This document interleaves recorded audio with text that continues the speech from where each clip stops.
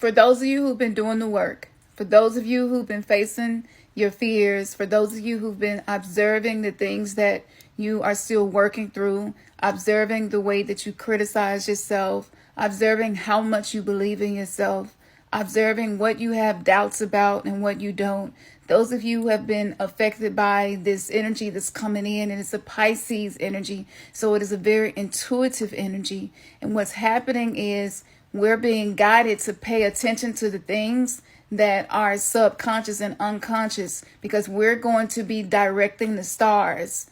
Hear me when I say this.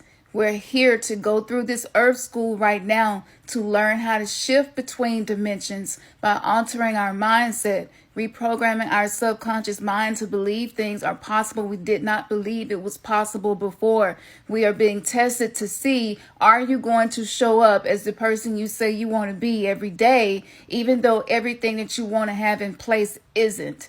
Can you stop paying attention to what's happening and make decisions in your life based on the belief, the knowing that you have for trusting your process? For those of you who relationships don't look like the social media relationships, you know them relationships? Look, don't sleep on being single. You have a purpose. You have a role to play. We are all playing a role. And for a lot of people who are single, they're clearing a lot of karma. They're clearing a lot of traumatic patterns so that they can attract partners who are going to be a reflection of their divine self. So all of it is sacred, no matter where you are. If you're in relationships right now and you're noticing differences and you're noticing things you disagree about, that's beautiful. We did the work. Remember, we did the pujas, we did fire ceremonies, we did meditations, we did journaling, we did challenges, we worked on our chakras, we started paying attention to our ancestors and honoring them, we started working with spiritual deities, we started paying more attention to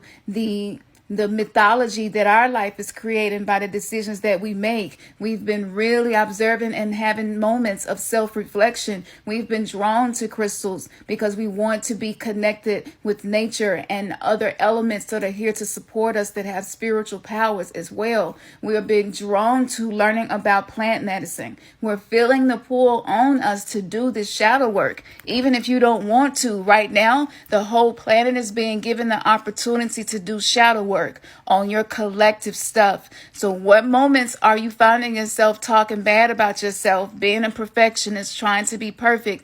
How are you treating other people? Because it's usually a reflection of the way you treat yourself when you drop into unconsciousness. The reason why it feels so heavy right now is because we are going to direct the stars.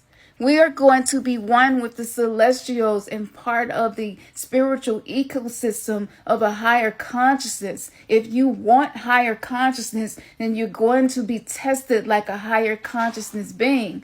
So I just need you to know whatever is happening in your life, just assume all of it is happening to assist you. It is nothing happening in your life that's not showing up to assist you, even if it hurt, even if it means losing someone that you love, even if it means walking away from something that you've been doing for a long time and you're noticing it's just not beneficial to do that. That's a form of love. We're learning how to expand our ability to love beyond conditions. We will be directing the elements. That's why we are drawn to learning about the elements, learning about astrology, numerology. For those of us who have been doing this 4D, fifth dimensional entrance work, we are the ones that are escaping some of the lower dimensional dense ways of being in relationship with life.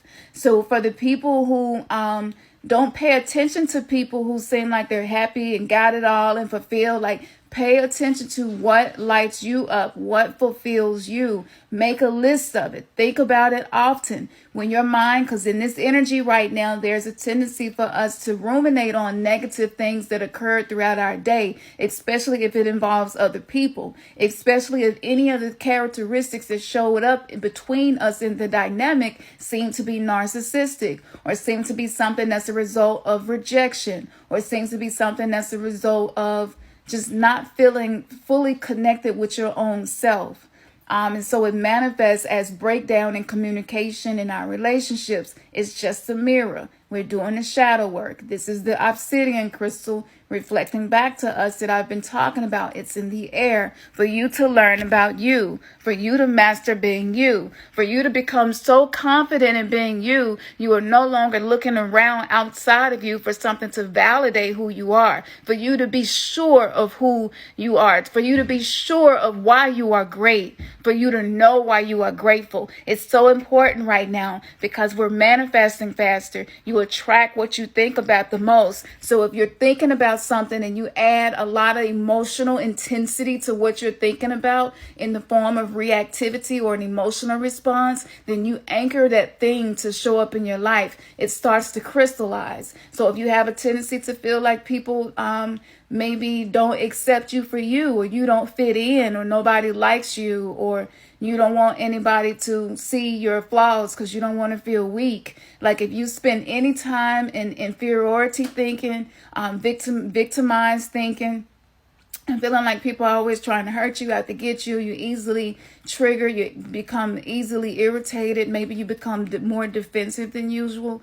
All of these things are a sign for you so that you can choose heart over head, and so that you can begin creating your reality based on that space. For those of us who built relationships out of fear because we were afraid to be alone, well, those relationships are not going to be delivering to you the needs that you have. It will not be met because you are now being called to learn how to meet your own needs. This is how the ascension plays out in day-to-day life. And by meditation and mantra chanting, working with planetary energies, honoring all of nature, I honor the divinity within everything that exists, having ceremonies and rituals and tuning into my body and making sure that my body is being taken care of as best as possible. After all, it's my temple. Making sure that my mind, which is the next portion of the holiest of holies, my pineal gland, my third eye, my hypothalamus, my pituitary gland, like making sure that I'm breathing deeply and visualizing myself clearing neural pathways that led to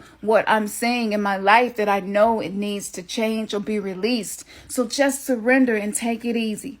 You cannot make money come faster than it's coming. This is a moment to just trust money, to do the practical things in life, and then trust money as an extension of spirit and an extension of you to flow to you.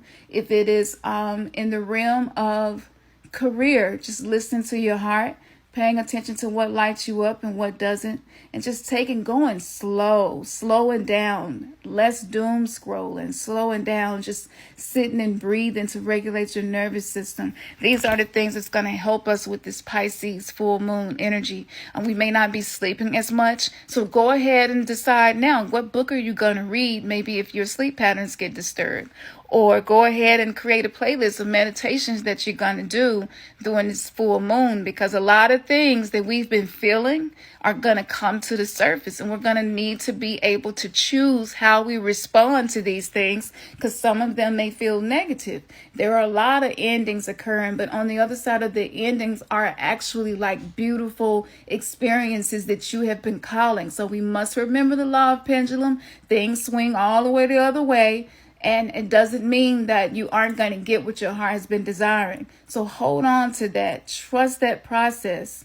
And just pay attention to what causes you to get in those states of being where you just kind of feel down about things. Like that's sacred as well. If you experience it and then release it, just OBB.